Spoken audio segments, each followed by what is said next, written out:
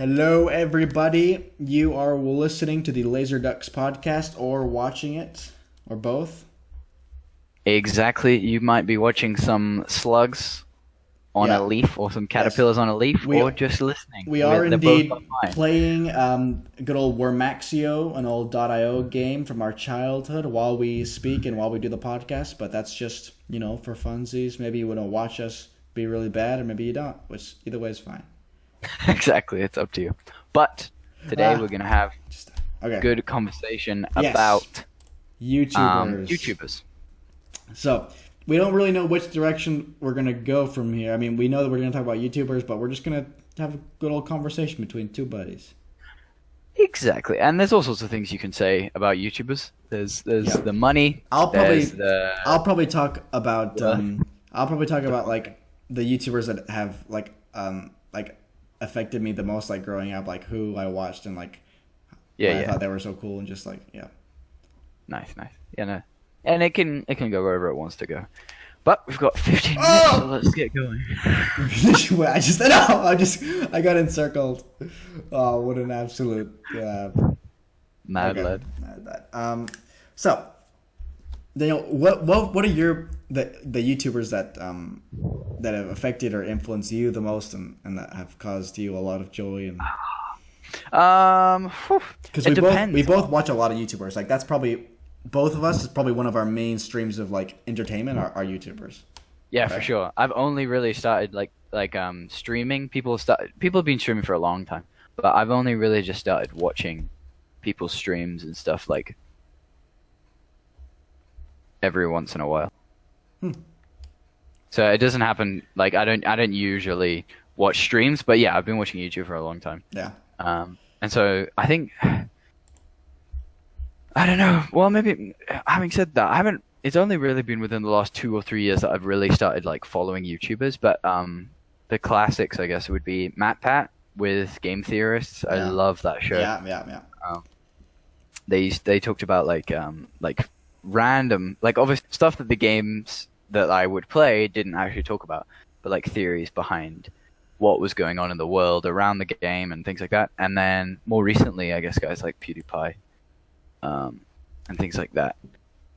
Just because he does a lot of like dialogue about like current events, and he's quite an intelligent guy.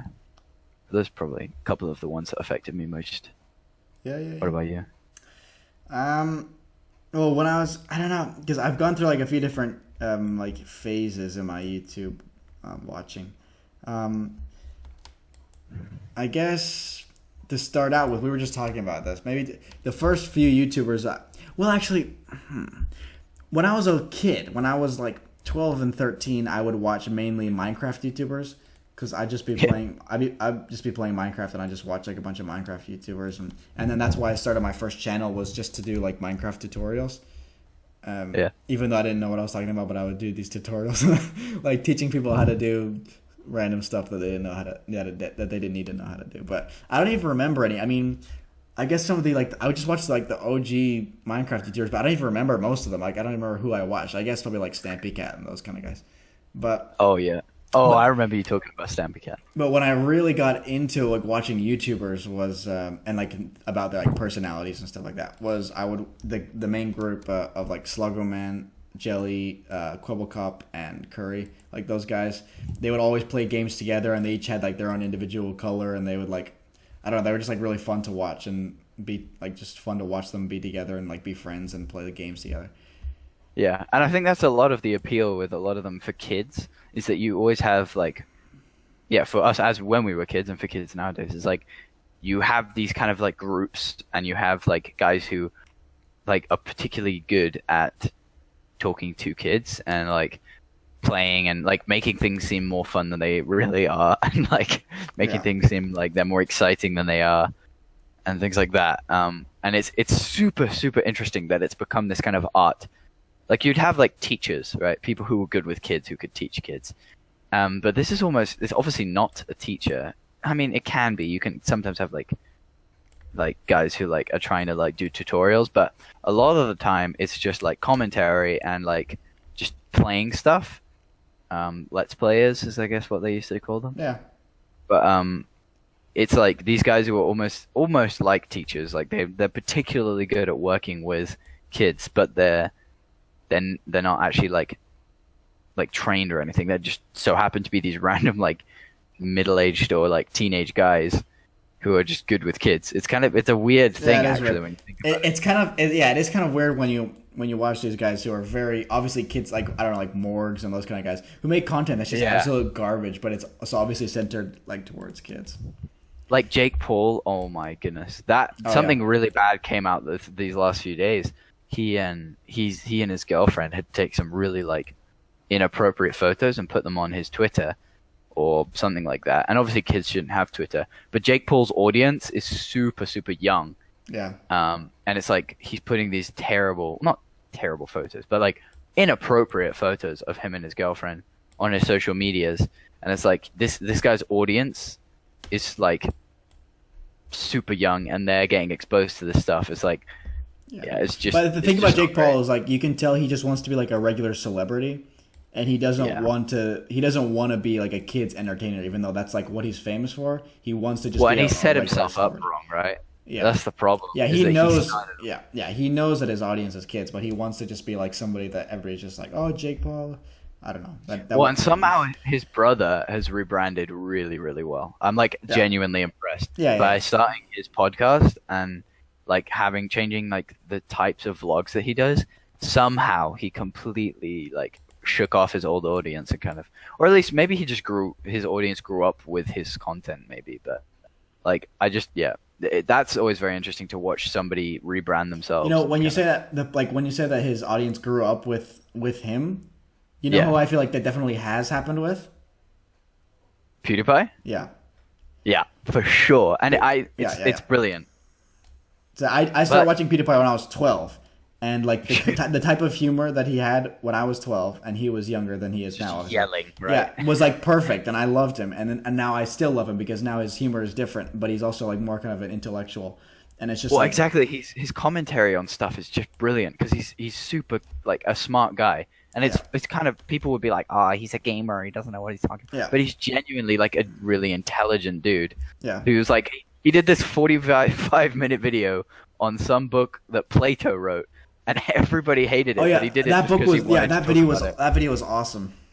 He just like talked about it, and so it's like he's exposing like now 100 million subscribers who, not all of them are watching his videos every single week, or every day even, but he's exposing this kind of really good information, good content to people. Yeah. And so there's definitely like a super interesting side to some of the content that is, you get these like guys who just feed kids garbage.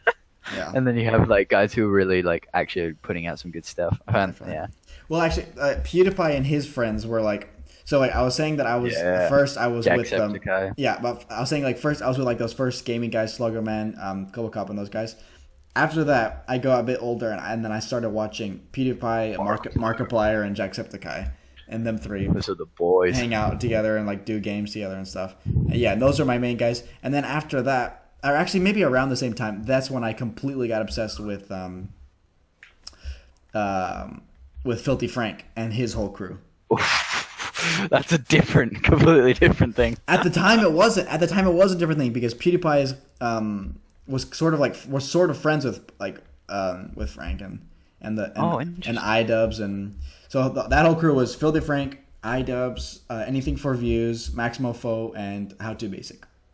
Yeah, but did Filthy Frank's content ever change, or was it the PewDiePie's content changed?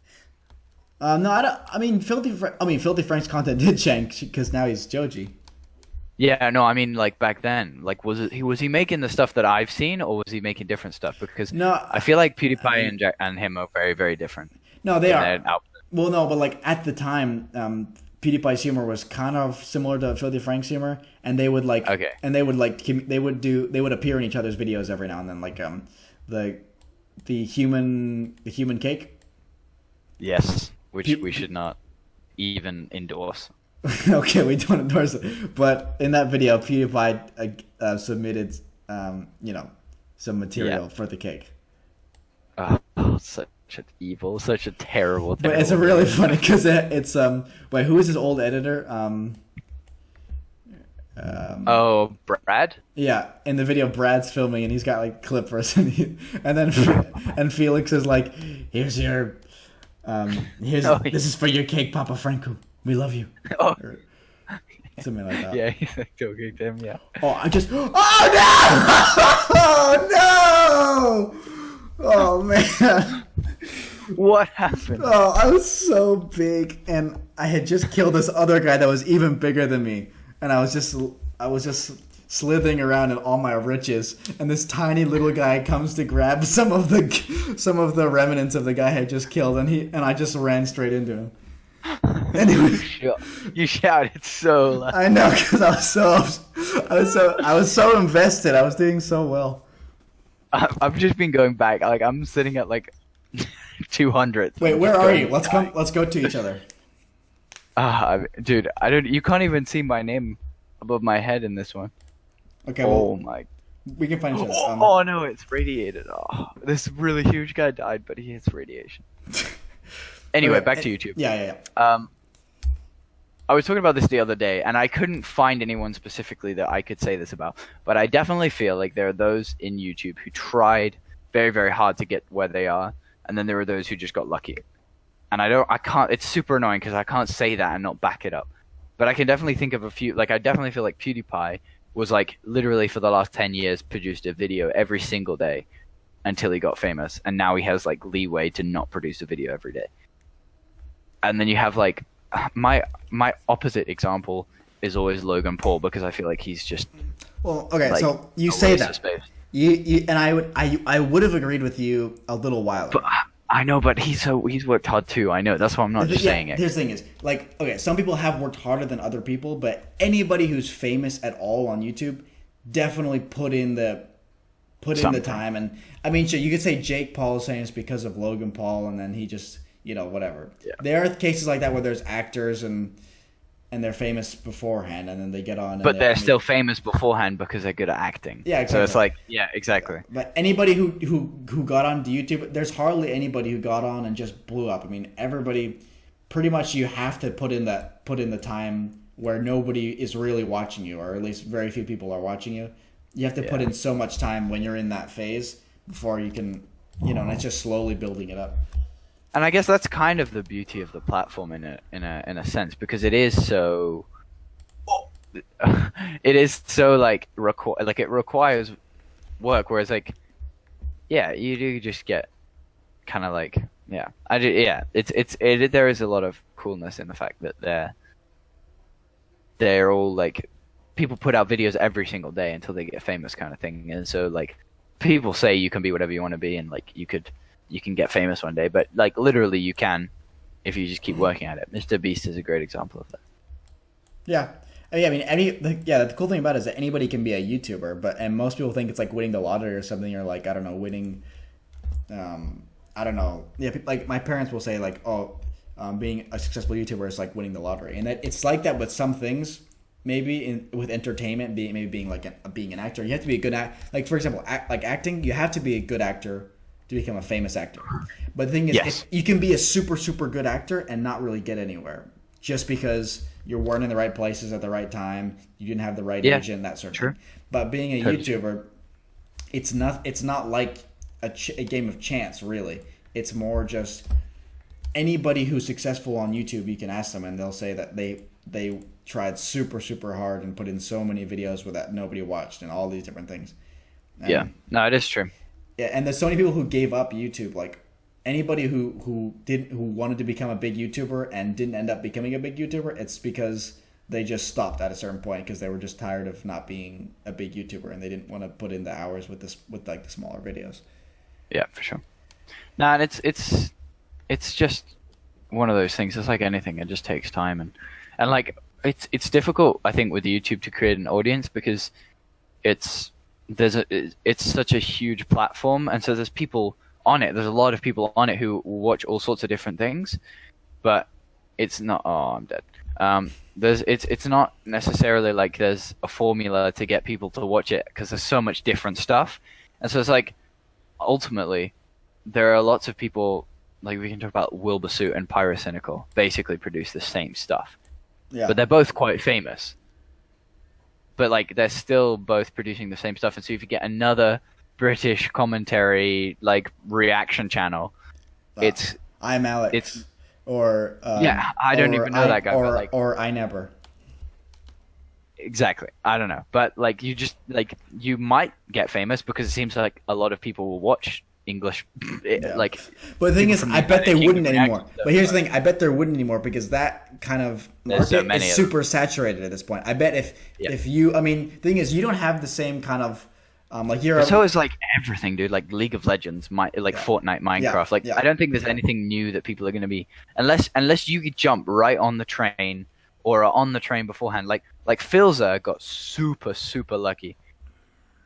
His channel or his stream got super popular because Minecraft got really popular. Right out, like he had been working on his channel for years and years. Yeah. And then all of a sudden, Minecraft popped off for some reason. Again. Yeah, again. And I think it's partly to do with PewDiePie playing It was definitely partly to do with PewDiePie playing it. But in general, I think because I also oh my goodness, the same thing happened to me. Some little guy just jumped in.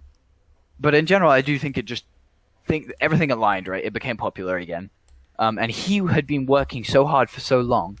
And just before everything blew up, he died in his really long 5-year world. Yeah. And so everyone was like, "Oh, interesting. This guy's got a super good Minecraft world, or like a super long Minecraft world." And then, yeah, now he's relatively famous within the Minecraft community. And I think things like that, like yeah, you can be working really hard for years and years and years, and then nothing happens, or what your big break comes up, like with acting, like you get your big break, you get right place, right time kind of thing. Yeah. Yeah, that's definitely what happened with Filza. Filza's cool. I just think he's really good at it. That's what's kind of interesting is that he is actually really good at the thing that he does, and I feel like you get a lot of Minecrafters who are just kind of lucky and like it's not actually that good at it. Yeah, yeah, you're right. With Minecraft YouTubers, there might be a thing where it's like there might be a bit more luck involved with that, just because there's so many Minecraft YouTubers. Oh yeah. I don't know. I mean, at the same time, I'm sure all of the ones that are successful have made so much content. Yeah. Yeah, I mean, yeah, but like, okay, so think about this. So I'm not sure how many of our viewers. Maybe in the future there'll be more. But there's this Minecraft server called the Hermitcraft server, and there is one person on there called Mumbo Jumbo. Yep. And he has 10 million subscribers, roughly. I'm not sure exactly how many right now, but let's say roughly 10 million subscribers. That's quite popular. I think he's the most subscribed to Minecraft channel, actually. Well, what about PewDiePie? Okay, other than PewDiePie, but Mumbo Jumbo only puts out Minecraft. Yeah. And so, with Mumbo, he only arrived on the server in like its like third or I think it's its second or third season. So the second or third time that they'd opened the same thing. And so he wasn't like an OG on the server. He wasn't like just like a really old Minecrafter. He had been around for a little while. He joined it pretty late, or not late, not even late. But he wasn't like from the beginning a part of it because he wasn't a big YouTuber at the time. But he's now way bigger than any of the original creators on that thing who have been working way harder or like longer than him, right? Yeah. And so yeah, it's totally just about the moment, and like you have these like other really good, because he's super famous for his like redstone, and so you get these other guys who are really good at redstone too and making farms and whatever it might be. But for some reason he has become the most popular out of all these people, even though there's like 20 people on the server who are all really talented at what they do. And I think that's part of the reason they made the server, actually, is to feed off each other's famousness and kind of try and create a community that is all intertwined and kind of benefits everyone. Right. But you always get that. I think that's the same reason why you have like Jacksepticeye and Markiplier and PewDiePie. You have to have your little groups which you collaborate with. I mean, collaboration on YouTube is super important. Yeah, cool. Yeah, because it forces people to not just watch one channel, right? It forces people to try out different channels and like watch different content, and I think it's super interesting. But Yeah, YouTube as a platform is very interesting, and I'm surprised, like, because with Twitch, the main streaming channel, you suddenly had the rise of Mixer, and Twitch has only really been, I mean, not only really, I think it became popular in the last 2 years, but I think it's been around like 2 or 3 years. Um, ooh, actually, I might be off on that. When did Fortnite come out? Fortnite came out, I don't know, Was it 2 years ago? 3 years ago. I don't know. Maybe three. Okay, so then let's say because I think people have been streaming on Twitch for a while. So let's say like 5 years or 6 years that Twitch has been like a relatively relevant platform, and then suddenly Mixer has come along, and it hasn't taken everybody, right? But it's become relevant. There's this other platform that people are using for the exact same thing. Yeah. That hasn't happened with YouTube at all. Nobody Yeah, uses that's true. like there's something Vimeo. Vimeo. It was Nobody the exact uses same idea. Nobody uses it. Yeah. it's because Yeah, it's yeah, just it's like you weird. don't, like it's just dominated for the last. Because I think YouTube is like the 12, number 10, one 12 website right now. Oh really? I think it is. Shoot. Maybe it's Did- under Google, but Did Google buy it, yeah. or did Google? Okay, so it wasn't made by Google, but Google bought it. Yeah, I'm pretty sure that's what happened. And I think it is. That makes more sense. If it's under anything, it's only under Google, but it's one of the biggest websites in the world. Yeah. No, and that makes sense. I mean, people just traffic. But yeah, it's all so the time. crazy that there's no competitors for it. Because anything else like that's that huge, there would be competitors. But just nothing Well, and you else just need, works as like, well. Well, but you could totally make something that works better. I think. Like I don't upload that much stuff, but I often hear people complaining about Yeah. how frustrating YouTube is. Yeah. And so it's like, why? Yeah, I'm sure someone would have wanted to or tried to make. Maybe people have. I'm sure people have tried, but I think YouTube. Everybody just trusts YouTube so much. It's just like the only name, really one of the only names out there at all that are like everybody. That's like the one video site people will use. There's other things, but like I feel like the main like the general population won't go to those obscure websites because everybody knows YouTube. Everybody trusts YouTube. Exactly, and it's like you can like why would someone like who's gotten into Markiplier then go off to Vimeo to find something like if you're into the reason you are on YouTube is because you found people that you enjoy watching, and so really the only way that anyone would move to anything else is if PewDiePie were to say I'm moving to X place in the same Yeah. way that Ninja said with Mixer.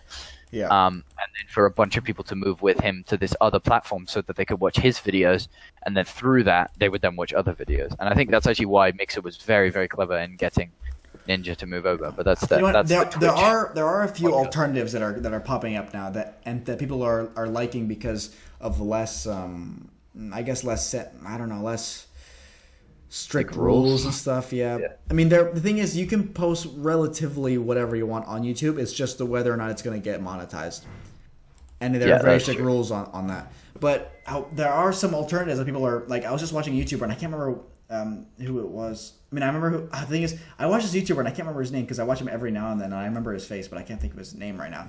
But he does. He was talking about this topic that was kind of like a sensitive topic. But he was talking about it, but then he was like, "Look, there are some details that I don't want to give on YouTube, but here I've made this other video that kind of explains other aspects of this on this website." And I went to the website, and it was pretty cool. And he said that he had some friends that produce content exclusively over on the site. But I went to the site, and it was okay. I don't remember what it was called, but it was a relatively well set up site. But I mean, obviously there wasn't that many people on it because Yeah. the biggest whatever channels or accounts maybe had. Well, I don't know. I didn't look at all of them, of course, but the biggest ones, they only got maybe a few thousand views and that. So like, it's not like there's tons of people on it, but there are alternatives starting to pop up here and there. Yeah, no, that's super interesting, and I mean, it makes sense. Like, why? Like, everything always gets replicated. You always like you have a good microwave. Someone's just gonna take it and make it cheaper, or I'll make it better. like or make Yeah. it better. Yeah, it's like or like phones is probably a really good example. Like you have like the same concept of an iPhone in every single smartphone because when Steve Jobs announced the iPhone 1, everyone was like, "This is the best idea Yeah. for the way that we communicate." So you take Like, it and you why make not? it better and improve on it. I mean, that's Or what's just always different. happened. Yeah, that's what's Yeah, always and happened. so- People try to make that sound like a bad thing, and it can be a bad thing if you're just blatantly ripping something off. But there's always going to be that of like, oh yeah, somebody invents something that just works the best, and so you're going to take that and move on forward with it. When it forces people to be creative because like otherwise you just have the iPhone 1, right? And it just stays the iPhone. You have the same size, the same form factor. It stays exactly the same for like years and years because there's no reason to change it. You just maybe upgrade the internals a little bit and maybe change the flashlight, whatever it might be. But unless you have Samsung coming in and making a really big screen and everyone being like, oh, I actually really like having a big screen, and then Apple being like, oh shoot, we need to start making bigger screens. And it's like it forces competition forces creativity. So it's quite good. You know what? You know the YouTuber Mike Boyd. Mike Boyd, I do not. He's really cool. I think he's Scottish, and he does these videos where he'll learn to do like a skill really fast. Oh, I have heard of that guy. Yeah. The skill guy. That's how I would know. Yeah, he's really cool. But I was watching one of his videos, and he was promoting this platform called Nebula, and it's similar. It's a video platform, but it's a paid thing. So you have to pay to use it. Yeah, and I looked at it, and it seems like it seems like the quality of content, even though there's not that much content on it yet, because it's a fairly new thing, but the quality of content is really good. But of course, it's going to be because people that upload on it are going to want to put tons of stuff into it because it's like a paid service. But so that seems like it's sort of an alternative to YouTube, but it is a paid thing. And the thing about YouTube is that it's free, and everybody around the world uses YouTube because it's free. Yeah. So and you can also the cool thing about YouTube is that you can also just save your stuff on. It's free to put whatever it's other than obviously content creation. Yeah. Okay. As a job. We're gonna need to end this episode right here because my computer's about to die. Also, it's been pretty long. Okay. Okay. Yeah. Thank you. We'll do a part 2 like we said we would with the last one because. Oh yeah, sure. Yeah, and stay tuned for our next few videos because we might be having guests on pretty soon. Pretty cool guests to talk to. That would be nice. So stay tuned for that. Make sure you subscribe. As we said, it is hard to do stuff here on YouTube and to keep going making the videos. So make sure you subscribe. Hit the notifications, share it with all your friends and family. Watch your grandma. Yes. Watch the rest of our videos. Know about YouTube. But the main thing is subscribe and just watch all our videos over and over again. Okay. Yes, please.